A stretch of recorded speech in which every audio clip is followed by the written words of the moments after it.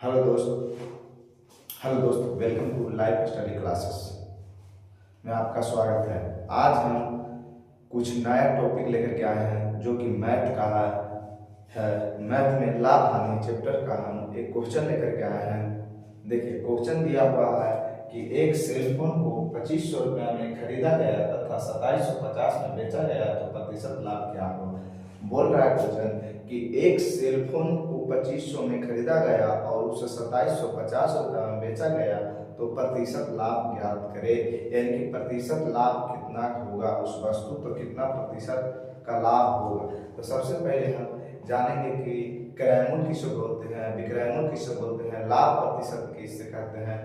तो देखिए, जो क्रय मूल्य होता है, जिस वस्तु को जिस मूल्य पर खरीदा जाता है उसे क्रय मूल्य कहते हैं, और जिस वस्तु को जिस मूल्य पर बेचा जाता है उसे विक्रय मूल्य कहते हैं।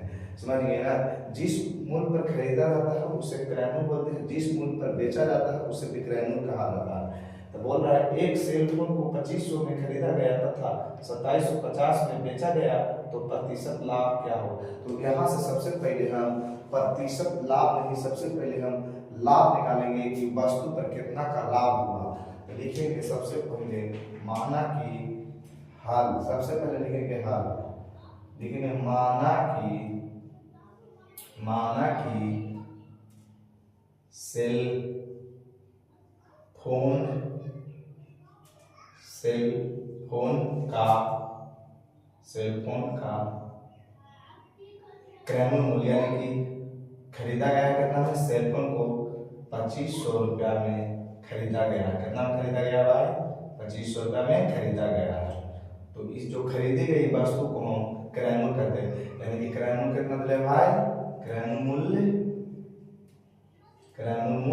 2500 रुपया है। कितना है भाई, 2500 रुपया। और बोल रहा है क्वेश्चन का कि 2750 में बेचा गया है, यानी कि सेल फोन को बेचा गया कितना में, तो सेल फोन को बेचा गया 2750 रुपया। सेल फोन को इतना रुपया में बेचा गया है। सेल फोन 2750 रुपया में सेल फोन को बेचा गया है। बेची गई वस्तु को हम क्या कहते हैं, विक्रय मूल्य कहते हैं। तो विक्रय मूल्य कितना दिया हुआ है, विक्रय मूल्य है 2750 रुपया। तो यहाँ से हमको आसानी से लाभ ज्ञात हो जाएगा। यानी कि इतना का वस्तु खरीदे और इतना में हम बेच दें। तो यहाँ देखिए तो साफ पता चल रहा है कि 2500 की वस्तु हम 2700 में बेचे, यानी कि लाभ हो रहा है। तो लाभ बराबर सूत्र लगाएंगे। लाभ बराबर सूत्र क्या होता है, विक्रय मूल्य माइनस क्रय मूल्य, विक्रय मूल्य माइनस क्रय मूल्य। विक्रय मूल्य में से क्रय मूल्य को घटा देंगे, बड़का में से छोटा को घटा देंगे, तो यहाँ से लाभ निकल जाएगा। तो लाभ बराबर आएगा क्या, क्रय मूल्य कितना दिले है, विक्रय मूल्य 2750 रुपया और विक्रय मूल्य दिले 2500 रुपया। तो यहाँ से घटाएंगे तो लाभ ज्ञात हो जाएगा। लाभ कितना आ जाएगा, 0 में से गया 0, 5 में से 0 गया तो 5, 7 में से 5 गया 2 और 2 में से 0 गया 0, यानी कि 250 रुपया का लाभ हुआ। वस्तु पर कितना का लाभ हुआ, 250 रुपया का। लेकिन पूछ रहा है कौन चीज, लाभ प्रतिशत। मेरे भाई, लाभ प्रतिशत बराबर सूत्र होता है, क्या होता है, तो लाभ गुने 100 बटा में क्रय मूल्य। लाभ प्रतिशत बराबर सूत्र होता है लाभ गुने 100 बटा में क्रय मूल्य।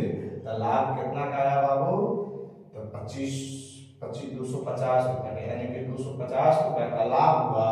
तो गुना में करेंगे 100 और क्रय मूल्य कितना दिया हुआ था, तो 2500 रुपया। तो 2500 कर देंगे तो इसका 2500 1 0 से 1 0 1 0 से 1 0 और 25 से काटेंगे, कितना बार में कटेगा, एक बार में 1 0, तो 1 0।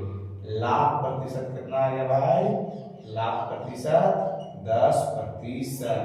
इसका आंसर कौन हो जाएगा, option number C, option number C. इसी तरह से हम एक क्वेश्चन दे रहे हैं बनाने के लिए। अगर वीडियो अच्छा लगा होगा, अगर समझ में आया होगा तो शेयर करिएगा और दोस्तों के पास और सब्सक्राइब करिएगा, ठीक ना। एक तो हम क्वेश्चन दे रहे हैं बनाने के लिए, उससे हमें कमेंट बॉक्स में जवाब बताइएगा। देखिए एक क्वेश्चन दिया हुआ है, एक क्वेश्चन हम बताइए, एक क्वेश्चन आप दे रहे हैं। बोल रहा है एक पुस्तक को 150 रुपये में खरीदी गई तथा 180 रुपये में बेची गई, तो उस पर लाभ प्रतिशत क्या करें। अगर क्वेश्चन नेक्स्ट समझ में आ गया होगा तो हमें इस क्वेश्चन को कमेंट बॉक्स में जवाब दीजिएगा।